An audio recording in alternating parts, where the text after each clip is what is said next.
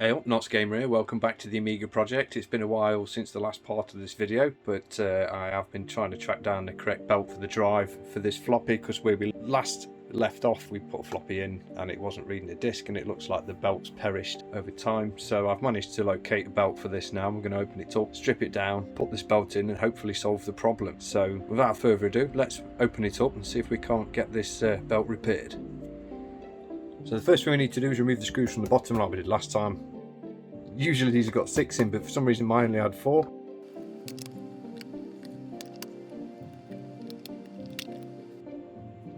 I've got a little tool for this time. I'm not losing my screws. I've got a little magnet thing to put them on there. Now they're off, all we need to do is slide. If I can remember correctly, I think you slide the floppy drive out the back of this. So the unit comes away, and then you slide the floppy drive out the front, just like that. Now all's left to do is unplug the floppy drive itself from the power supply at the back by lifting this ribbon cable here. Then we can just put that to one side. Now what most people will have is 2 screws there, but again for some reason this has been into before. I can't remember losing one, but there should be 2 screws here. Ignore that one. That one is for the motor.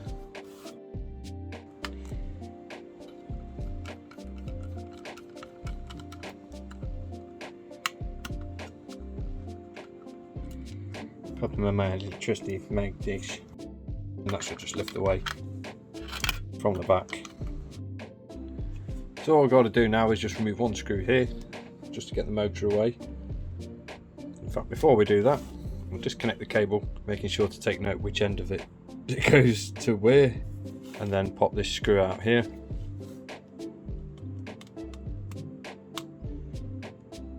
This one's really in. And as always, Knots Gamer runs into his first problem. The screw's rounded off. God, the screw's disintegrating. Oh, there's a severe problem with this one, don't I? There we go, got it. So there we go, I ran into my first problem. The tiny screw I told you to remove. I tried to remove the screw and it rounded off. So be careful when you take these old ones out. See, now that's away, what we should be able to do is lift this off, and underneath will be a band which feeds down to the drive at the bottom. We'll just lift that away. And out comes the band. You can see there. Probably lost all its tension over the years. Looks like that's come straight out. I'm going to leave it half in because I'm not sure what it feeds through a mechanism there. What we're going to have a look at. I'm going to try and be brave. I'm just going to slide the drive head back and try and work through the holes on the drive, because you get a surprising amount of access when you slide stuff. It's very difficult to see. Now just be careful of your motor, you know, don't get the wires snagged.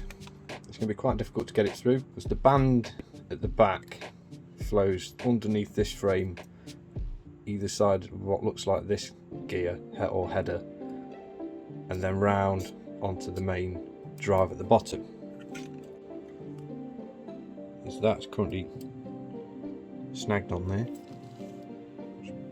Out you come. So there's the old band. Seems to, oh gosh, yeah, there you go. It's just perished. It just comes apart like it's made of plasticine. So I went to our friend, the new drive belt. I got this from a company called DataServe on eBay. You can always check out their website anyway, but this should fit an external Commodore Amiga floppy drive. So what we're going to do is drop this in. So I'll try and catch this as best I can, but obviously it's a very fiddly little thing to have to be doing. We need to be feeding this either from the bottom up the drive or vice versa. So let me see which the best plan of attack would be. So I'm going to try and be clever and going this way.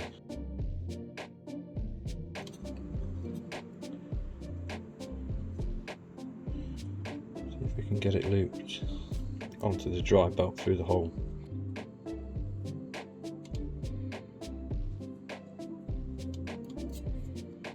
Much manipulation and lots of concentration. There we go, that's onto the belt at the bottom.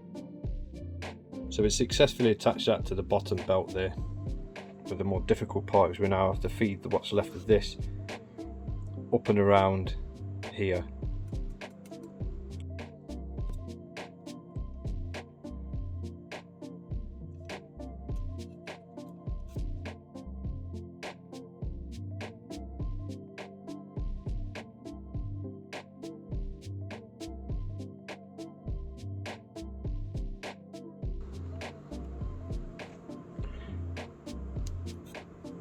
Very hard to get both of them on the same side of that.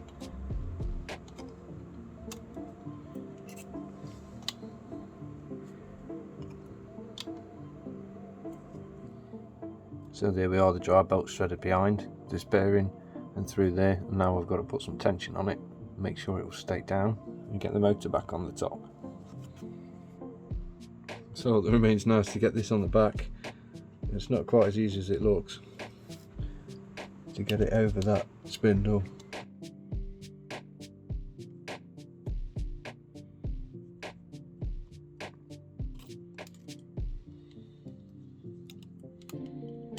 And once the band's over, that was a struggle. We'll pop the screws back in here. So I'll drop that one in the corner.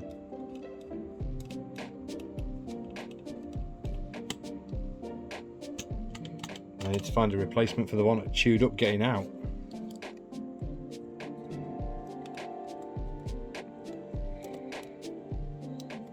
There we go, so we replace that nasty screw with a new one as well. So now we've got all that back on, and we've got our lovely bit of old drive belt here that is just turned to, it's turned to like a rubbery mush. I reckon I can make a little ball with this and it'd stay that shape. There we go, there's the old drive belt, ladies and gentlemen. It's now like a little piece of screwed up rubber. So we've got that back together. We bring in power supply. I'll plug this straight into the back because I just could not remember which way round it went and whether it mattered ultimately once you plugged it in.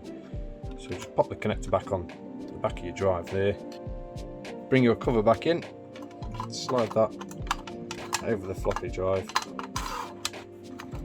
like that, and then just pull forward, making sure it's underneath there.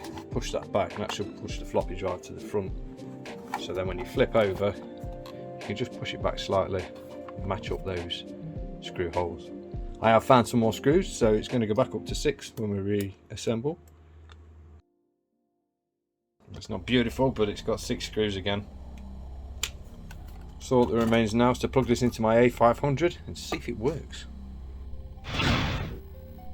So now I've got all that put together, I've got the floppy drive plugged in. We'll get the Amiga switched on. Plug the USB into my Roctec sysinfo on, so we'll boot from the Roctec drive. There we go.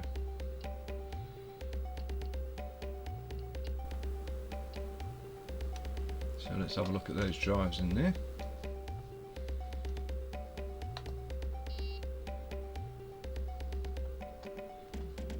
So at the moment DFO contains my sysinfo disk. DF1 contains nothing, so we'll just pop a disk into DF1.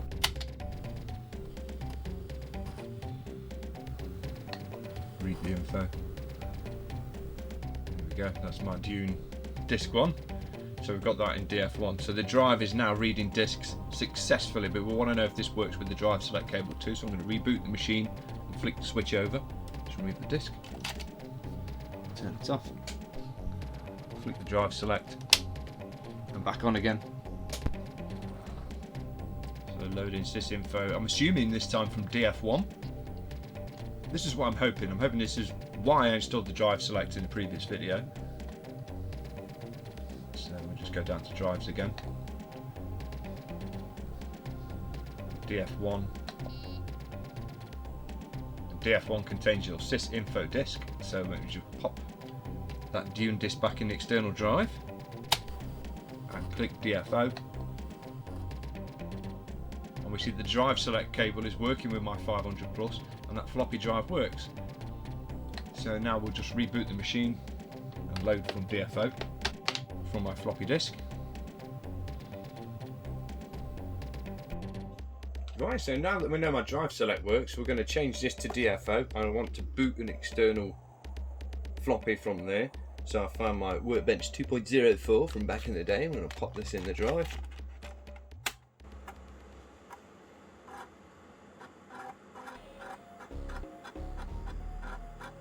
Sounds a lot healthier with that new belt in now, doesn't it?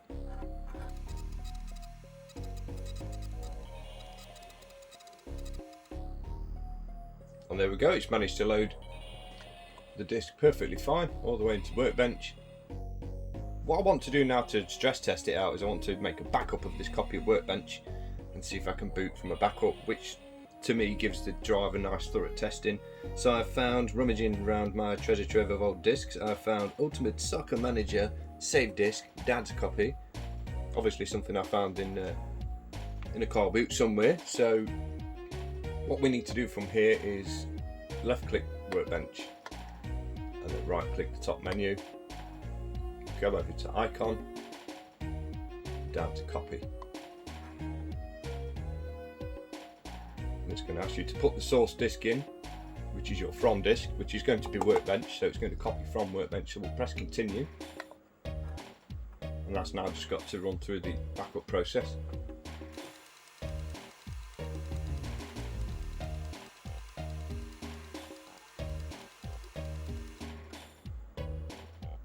There we go, put your destination disk in DFO. So we'll remove the Workbench disk. Make sure the write protect is clicked on this one. Pop that in the drive. And click continue. And that will write Workbench from the Amiga's memory now onto the disk.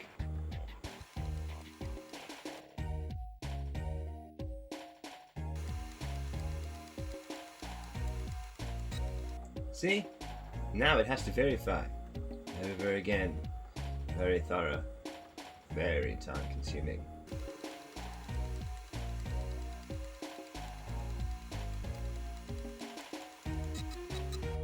Here we go, disk copy finished. So that has backed up our Workbench 2.04. It says here, copy of Workbench 2.0. So we'll just pop that out and reboot the machine.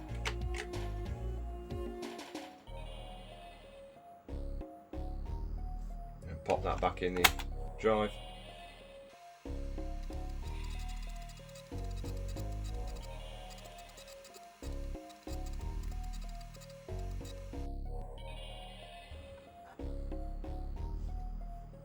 And there we go. So it's backed up my Workbench disk, it's loaded the disk. The drive select does switch between the two. You can kind of tell which is which without having to label the switch, as when the Roctec is set as DFO, when you switch the machine on you can hear it tick, and if the external is set as DFO, that ticks and the Roctec doesn't.